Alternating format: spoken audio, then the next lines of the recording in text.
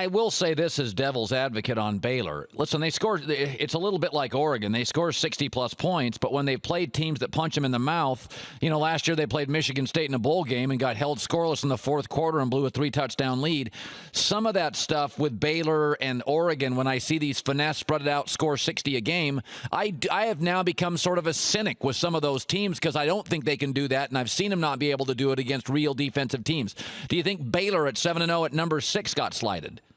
I do think that they got slighted. I don't think that there's been a more dominant team in the country. And I'll point to their schedule. Everyone wants to talk about their strength of schedule. Well, let's talk about that strength of schedule then. If you think Alabama's schedule is so difficult, then let's look at it.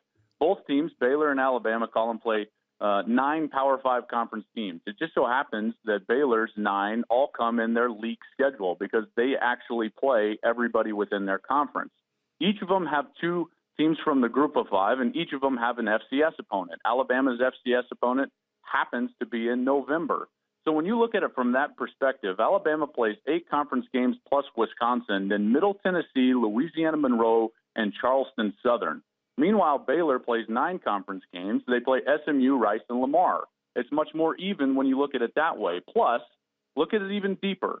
In that league schedule, in those 9 conference games, Baylor's going to play TCU. They're going to play Texas Tech and OU. I just saw TCU thrash the best defense in America last year in the Peach Bowl, Ole Miss, who, oh, by the way, is 2-0 in the last 2 years against Alabama. Texas Tech beat mighty Arkansas. Jeff Long knows all too well. And OU beat Tennessee. So you tell me whose schedule is more difficult and whose schedule is I guess the inequities in the SEC schedule are what I tend to gripe about a little bit.